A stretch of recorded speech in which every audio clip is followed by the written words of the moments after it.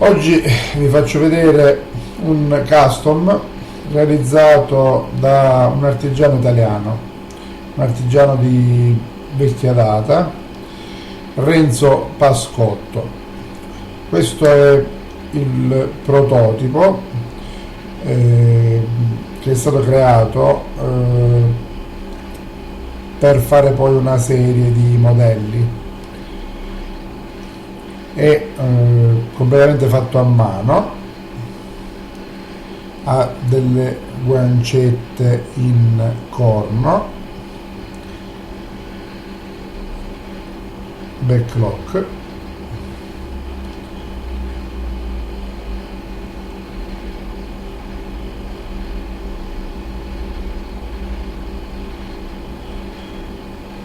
questa parte diventerà poi successivamente la guardia.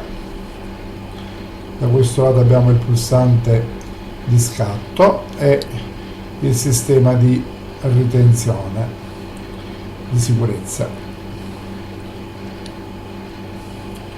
Il coltello è molto grosso, come vedete, 13 pollici di lunghezza totale,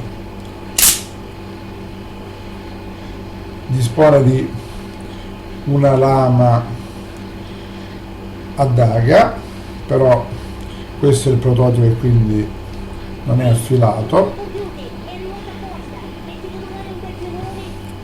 Come vedete la Bat Swingward se ne va in posizione di guardia, facendolo diventare,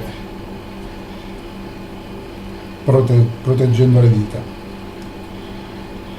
Il coltello è molto bello, qui abbiamo la firma del costruttore. Il coltello è realizzato nella zona di Maniago. Come vedete le dimensioni sono veramente esagerate, la lama è da 6 pollici, anche se in questo caso non è affilata. Per la chiusura backlock, come vi dicevo, il pulsante di sicurezza blocca la fucile della lama,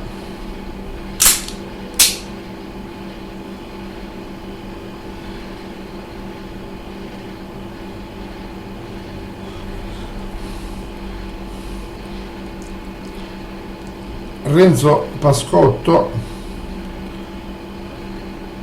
Double Swingward